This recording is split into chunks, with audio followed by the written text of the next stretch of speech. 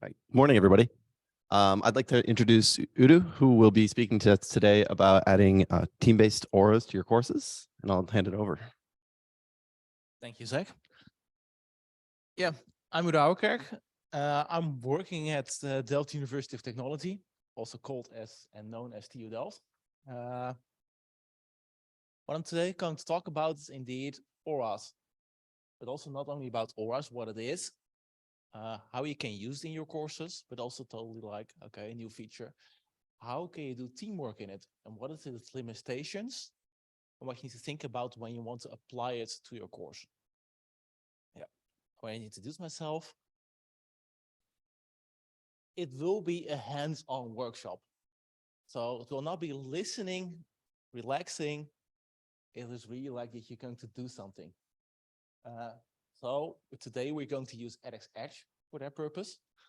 Maybe already known to a couple of you, some maybe not.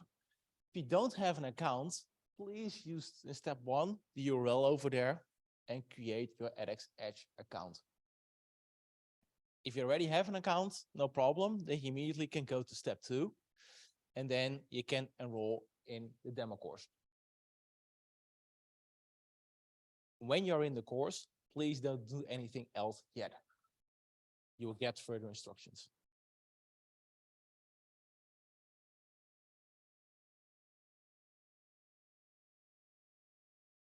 I'll give you a couple of seconds of getting into the course.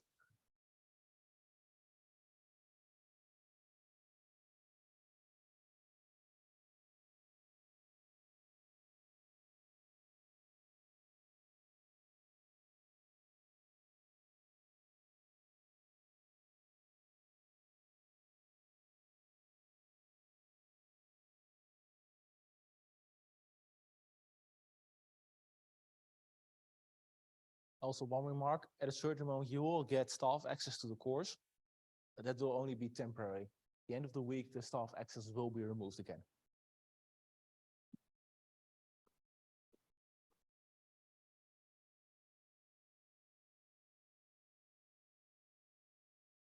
Did everyone get that?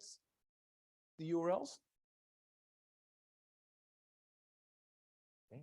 Don't hear no, so that means that I will continue.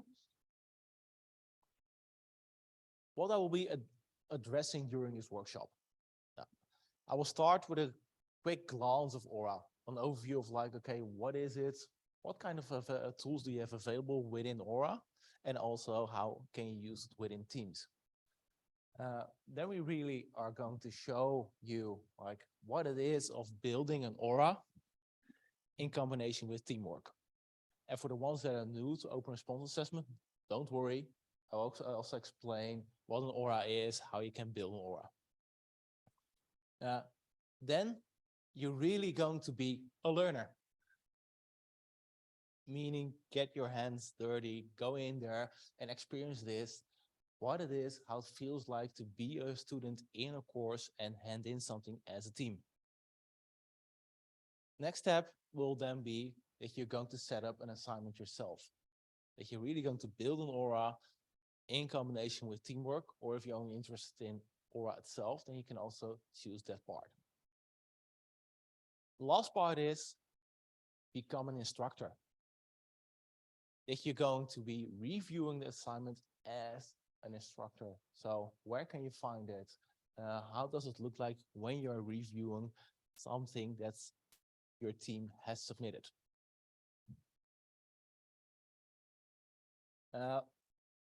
For those of you who just entered the room, no problem. I will go one slide back.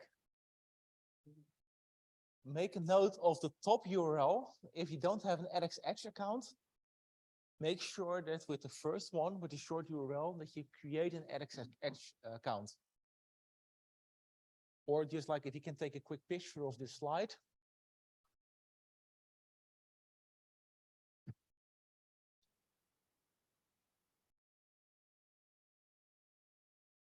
Everyone who entered got it?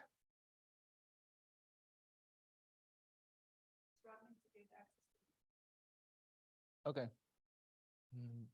That's something I can't help you with. If Zach, if you can do that one. Did everyone got it?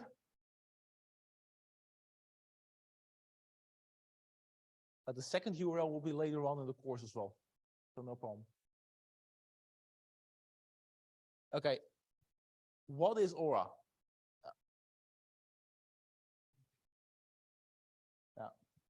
Everyone always uses that abbreviation ORA. It stands for Open Response Assessment. What is it? When ORA was designed and deployed, it was the meaning of like that you're using it to assess higher order skills and knowledge. Okay, full sentence. What does it mean? Basically, it was aimed for having people handing in an assignment that they really need to think about. Okay, what were they doing? Like review an article. For example, at my university, we also said like, make a design. Think about it. Do the design, hand it in, and then also assess each other or yourself or even staff assessments based on a rubric. So I'm already saying it like you have multiple steps in there. What you can use, what you can choose from. Do you need to do all the steps? No, you don't have to. Oh yeah, no problem. The steps that are mentioned over here, like that we're talking about, I just mentioned them, all the training steps, the self-assessment, peer review, and self-assessment, you can use them as an option. Is it also possible to use them all? Yes, of course. Do we advise it? Definitely not. What you always need to keep in mind while designing these type of exercises, that you also consider how much time it takes for a learner and what is really important that they are getting out of the assignment. Give you an example. You have a design assignment. It consists of a preliminary design, midterm design, and the final.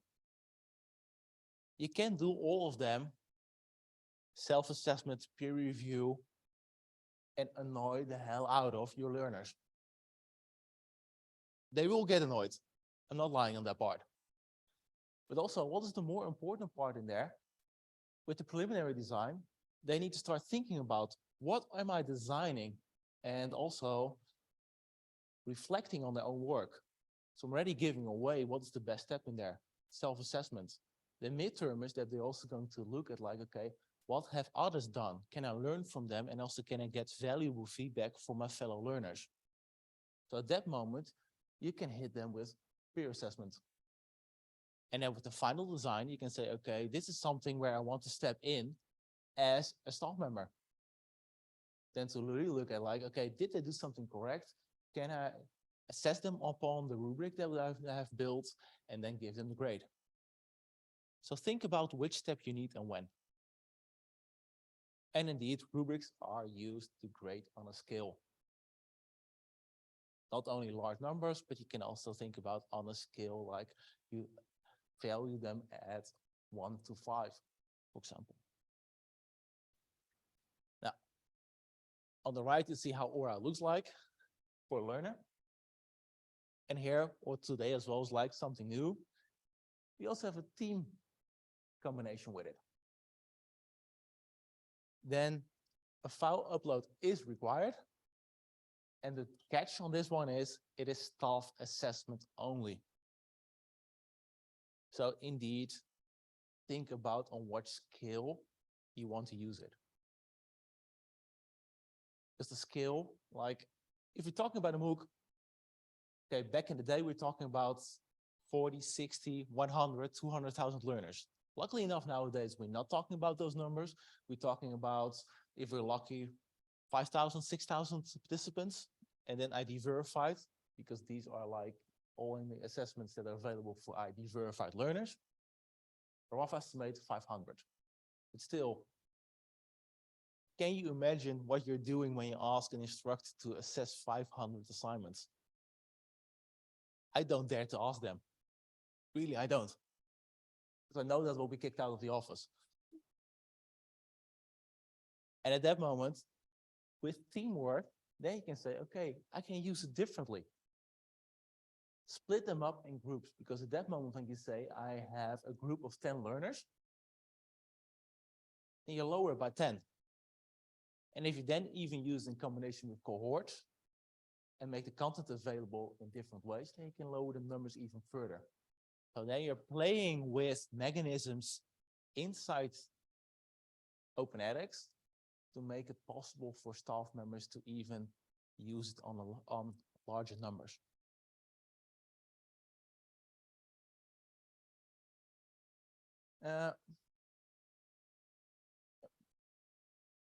I will show you I need to drop the mic at the moment.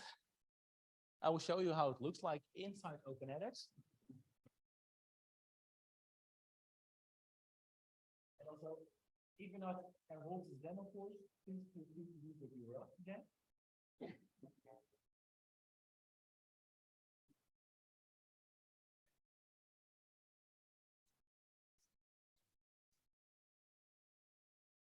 Thank you.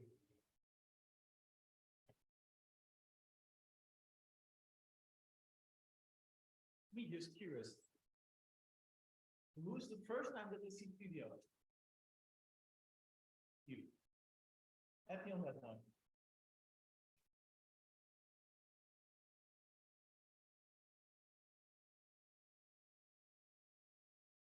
I'm doing something that I'm always advising my course students not to do. Not giving proper names to all the elements I'm not creating. But you know what?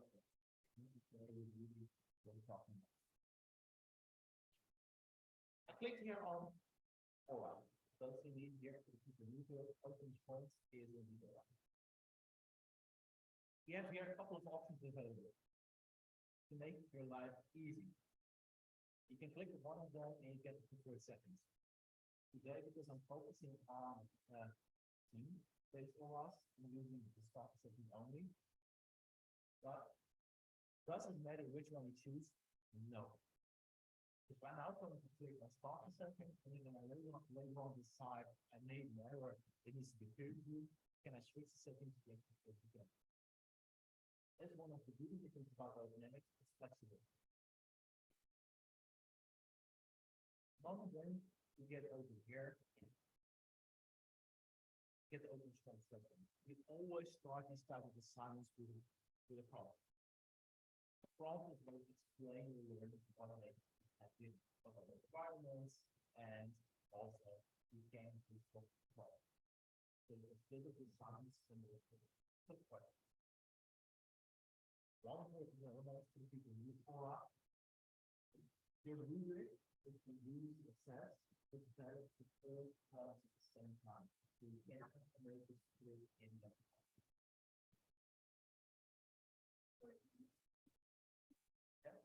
it's like even with ones over here, it's on and the second one over here. Then over here, you have the rubric. So the rubric is now all one same time. So you cannot make it split all the different ones. You cannot say, okay, in here I have multiple criterions. One criterion is now one.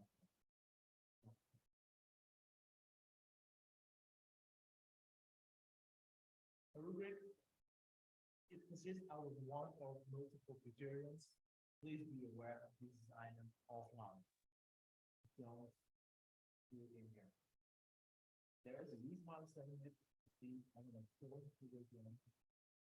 It is confusing. And to be honest, this is a short one. If you have a rubric that you really say I want to do the high-level assessments, 10 criteria in there with, let's say, scale 1 to 5. Then we're talking about more than 50 lines. And then you're scrolling until your fingers fall off. So what I always say to course teams at my university, it's like, think about the rubric. It's always complicated to have a very clear and well-written rubric that is also self-explanatory to your learners. Just that's also important to use peer review or self-assessment. At that moment, you better is like to do an offline guided in words, then at that moment you can reflect upon it, and you have a perfect rubric, and then you start building in here. And also, nowadays it's easy. You can also play with ID. You can have it if you have already have it inside the book and run it in the application. The focus also to everyone out in the OpenAI community. It's even better if you can do it over multiple courses or within the organization.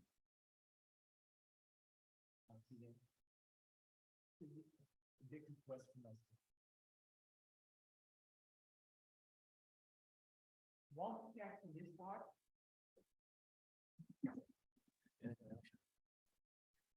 One catch in this part is, you see over here, the feedback for this criterion. You can choose for 3 options: optional, none, or required. One important part is about required. If you choose for that one, make sure that's clear in the instruction before learners start their assignment, because they don't get a notification during the moment that they're using the rubric that they need to fill in that feedback. And then they cannot continue. It's really annoying.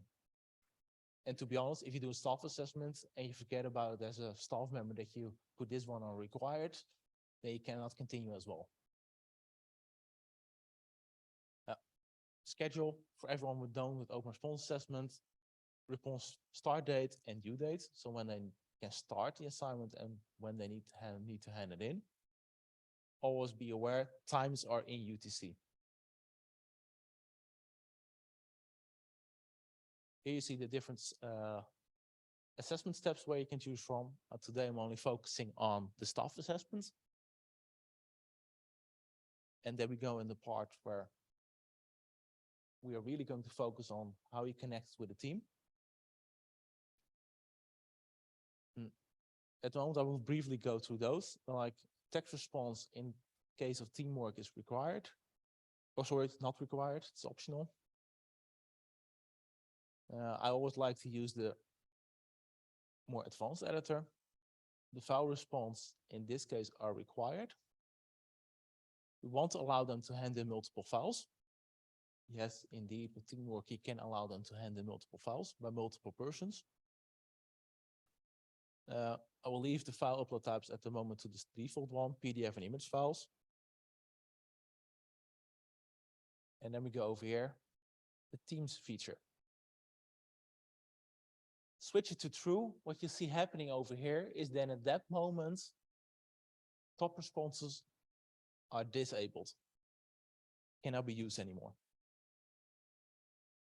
And here below, then you get the option that you can choose what kind of team you want to use.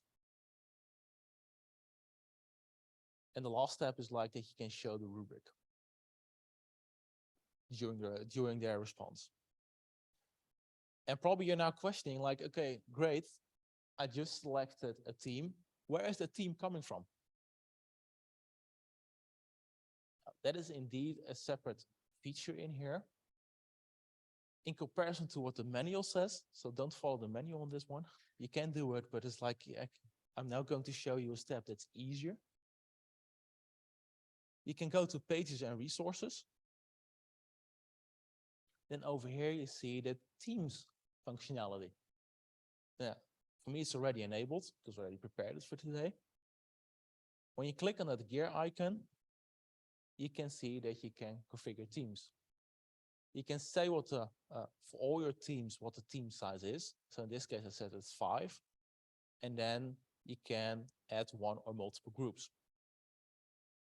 So when you clicked on adding a group, then you can give it a name, a description, and then you can choose a couple of options. If it's open, that means that learners can choose which team they want to go into and also create their own team in there. But you can also say it's publicly managed or private managed. That means like that for you as a staff member in the course, you can put them in the correct team. So that's totally what depends on what fits your needs.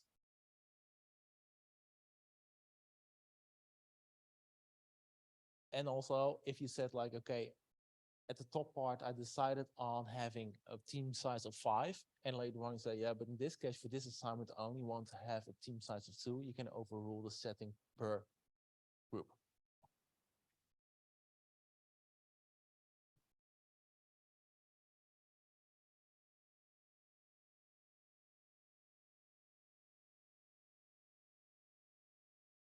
description is required.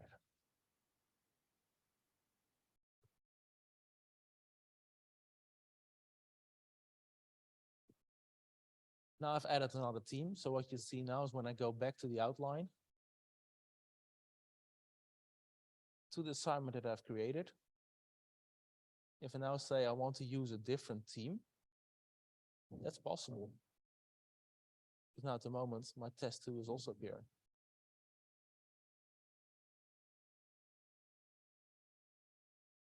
And always on top, where my cursor now is at, you will see to which team it belongs to.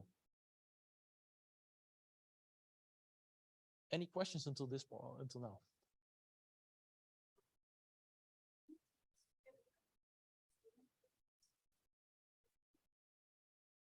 No, you can't have this access to the studio yet.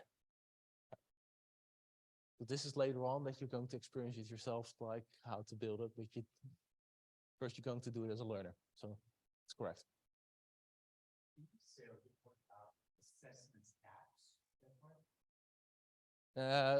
Assessment steps, I cannot show you at the moment, but that's the part that you're going to experience yourself, like handing in as a learner, then you will see about the assessment. Yeah.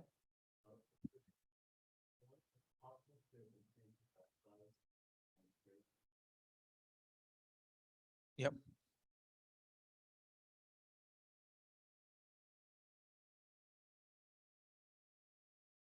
Big enough?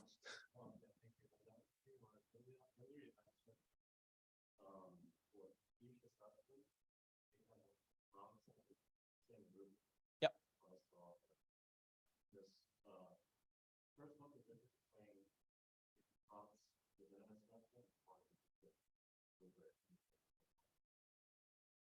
Because the moments like then I need to, that's something of what I can show.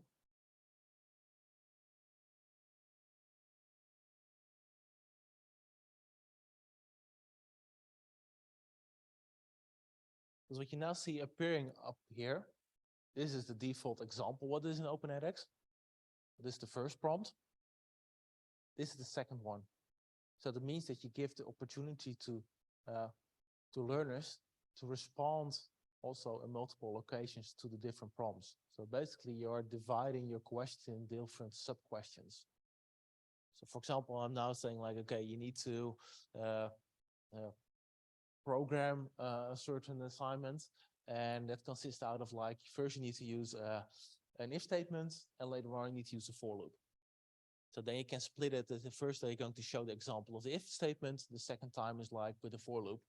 And then you use the rubric to assess yourself on, or somebody else. But then, yeah.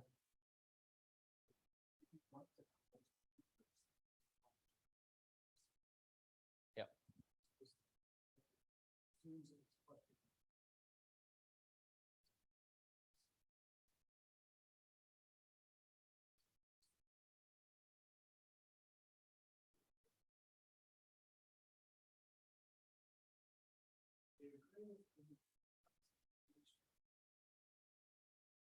Where again?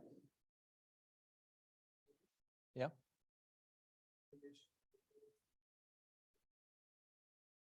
The grade, you mean? That's an entire different topic. Yeah.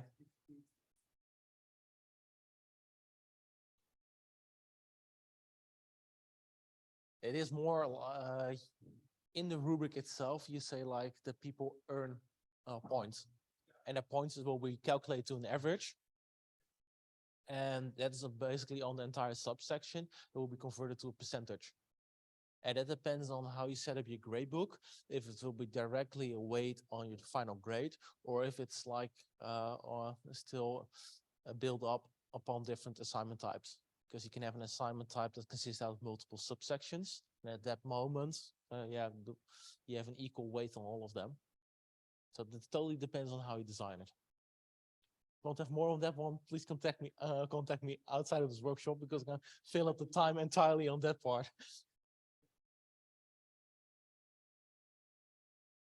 Okay, then we'll go back on here.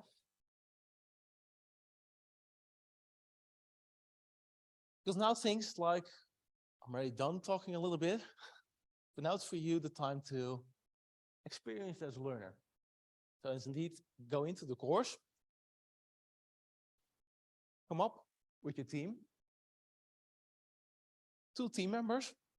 I already see that 3 people of MIT are sitting together. So that means like choose which 2 of you are going to join and the other one is participating with somebody else. And then we have a question in there that's already open. It's called like things to do in Boston. So then it's like, submit your top 3 things, what you can do or want to do in Boston. Text response is optional. Upload at least 1 file. The supported file types are mentioned over here. And it is a staff grade assessment, of course.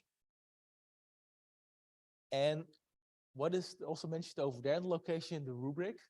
How are you going to be assessed by me in this case? Will it be a student trap?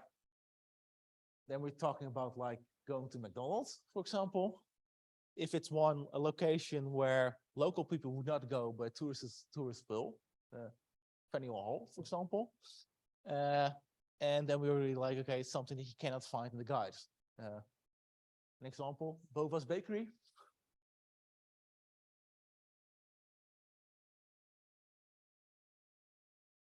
They will be walking around. So.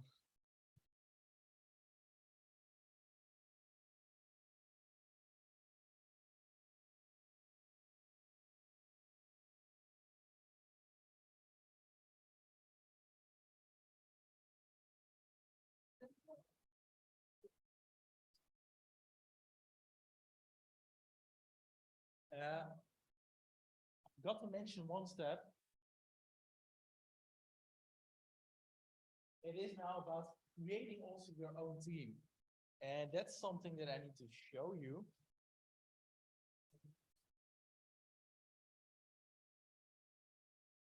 In the learner side of the course, when you go up to teams, you will see here over here the topic, what to do in Boston. So if you click on that one, then you see over here on the right side, you see the option, create a new team in this topic. So you can do that one, think about a team name, team description, and you can choose if you want a language and a country and create a team. And then one of the 2 is creating a team, the other one is going to join it.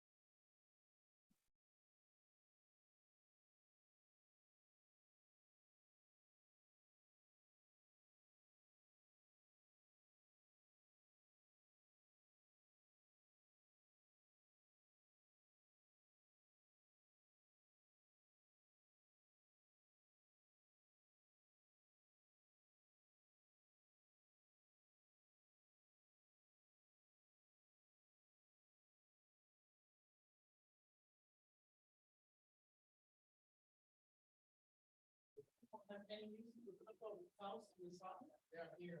Yeah.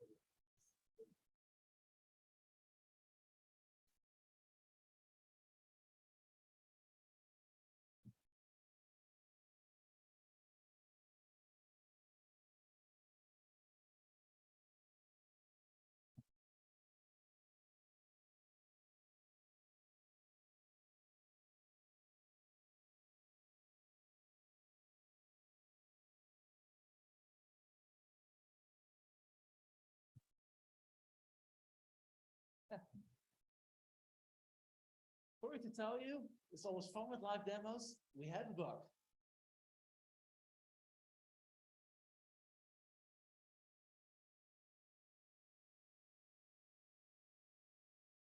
Doesn't allow me to upload files. Sorry, it's like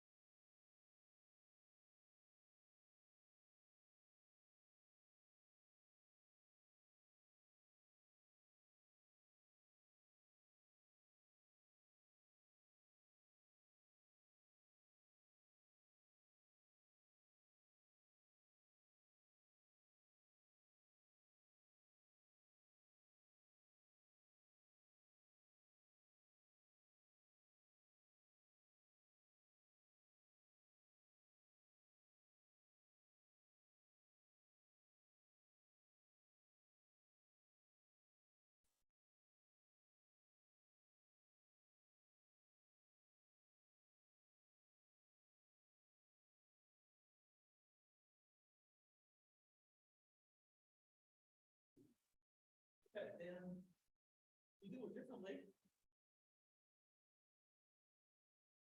My apologies on this one. So then we will continue of like that everyone is then going to build an assignment. The idea is also that I'm going to show you like how it works with like reviewing people, and it's something that we cannot do at the moment. I will do it then differently. And I'll stop sharing at the moment.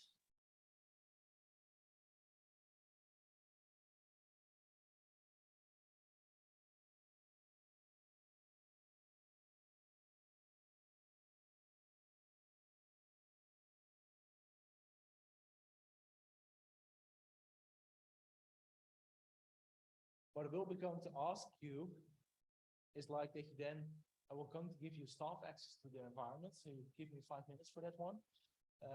At that moment, what you need to do is like create your own section, new section and units for your own ORA that you're going to create. The title of the section is your team, and then create a new team ORA in the course.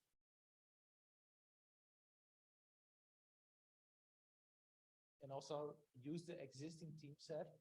So the one that says like things to Boston, that's also where you have your team in. Use that one to connect to the assignment. I'll put that slide on a little bit later. Okay.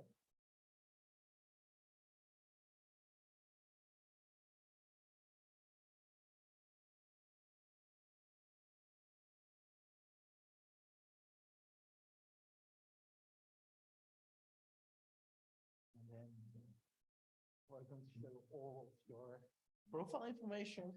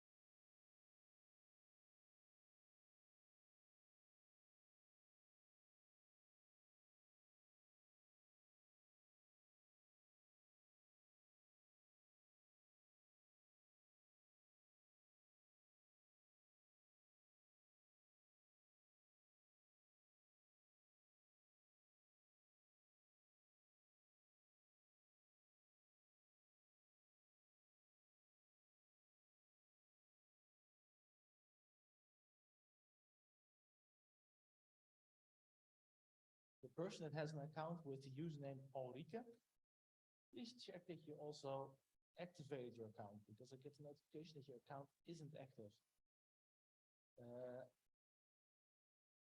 Esteban, same. Please make sure that you have activated your account.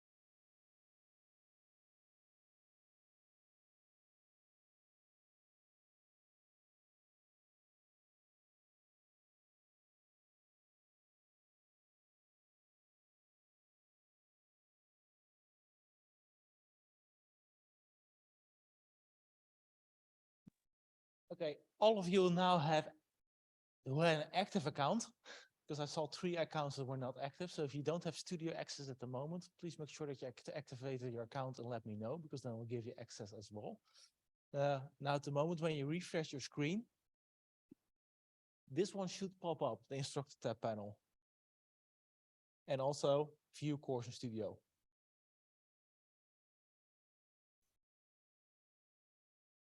So what you're now going to do is you go to studio, and at the moment you're going to create a new section, subsection, and units to build your own team aura. Section name is your team name, and please make sure that you only use your own section that you have created. Not going to mess around like with the top part, only add something new and use your own section. And I will be passing along the room to help you out in setting things up and to see like, okay. And also if you want to experiment with like next to Team Aura with peer review or self-assessment, please let me know. There was also, when I was walking around, one question related like to grading. And indeed how it's connected to the gradebook.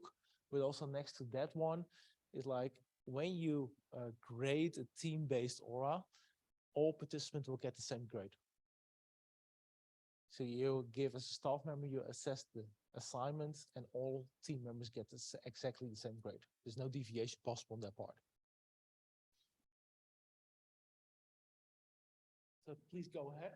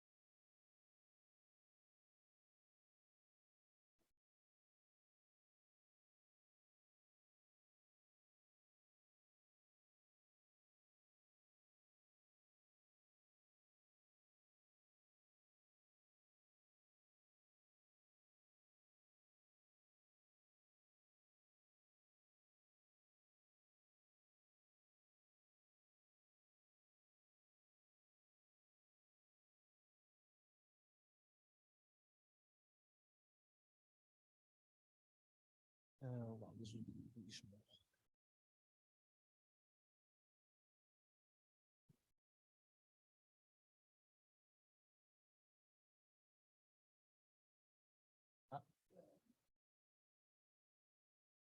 The last topic for today was like about grading. We are now smoothly going towards grading, but I also want to give you a small like taste of what's going to end up in OpenEdX, because edX.org already deployed it.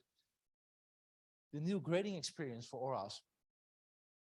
So this is like, I like what I see, to be honest. Then when you go to instructor to open responses, then you see over here, the option view and grade responses. So that's something different than what you probably have seen in your own experience now.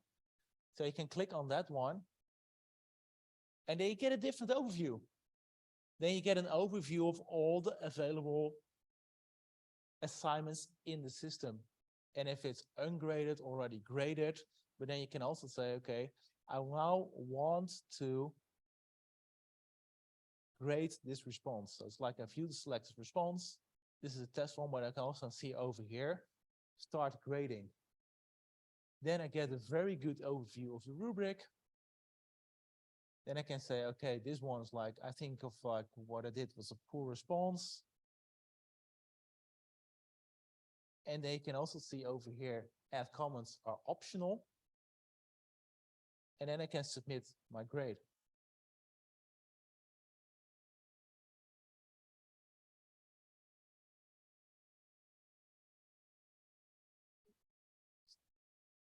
And you also have the option, like if later on, if you want to override the grade, you can do that one or not.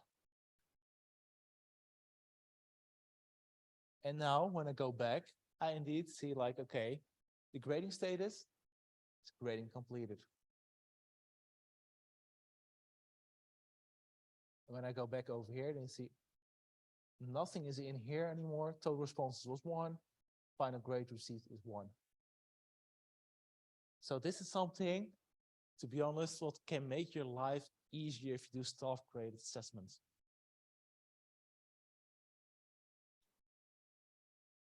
When will it end up in on the OpenEdX release? I don't know. That's something I'll be honest on.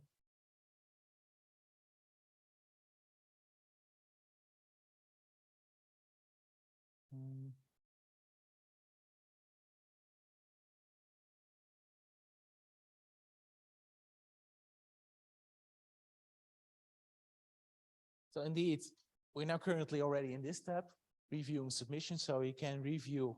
The idea behind it was that you could review each other's submissions, but it's also like, feel free to review your own submission to experience like how it is of submitting something and using the rubric.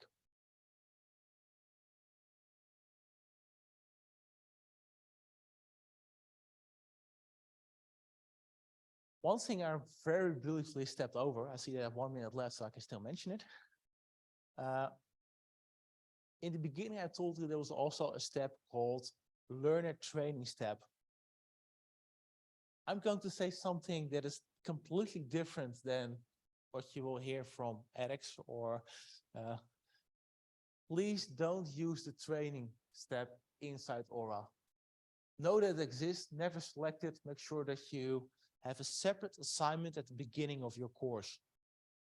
Learners enter your course with already like the first week, not a lot of content. They think about life, great, I want to learn about this topic. Have a very easy assignment in there. For example, say like you have a course on aeronautical engineering. Ask them to upload a file of their favorite airplane inside ORA. With a simple rubric, can you see the image? Could you upload it? Very simple one. They go through all the steps, learn what the assignment is about, and go to the content of the course. And later on, when they really need to do something for a final grade, they are not bothered with a training step. They go immediately to what they need to do. Because we all know, we all have been a student, we like to go towards the deadline. Learners in a MOOC on OpenEdX or another type of course in OpenEdX do exactly the same, similar behavior. And at the moment when you then give them a training step, they will go past all deadlines. And then at that moment, you are into trouble with extending all kinds of deadlines. And you think like, yeah, great. I know that the extension of the deadlines exists in OpenEdX, no problem. Yeah, it's valid for all types of assignments except ORA. So make sure in ORA, that's my main giveaway. Make sure you set it up correctly and do it on the before an assignment is released. You want to turn on the knots on a couple of the settings after it's released, you'll always have a lot of more work. So that's the main takeaway. Make sure that an ORA is well designed in content, in rubric, and the settings that you use. That makes your life way easier.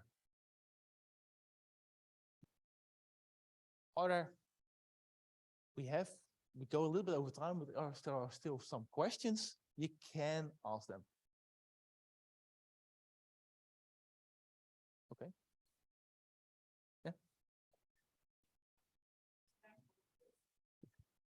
Yeah. No, but like feel free to approach me. You saw my name, and also like if you have questions, or I can give you my business card. Like if you later on want to know more, no problem at all.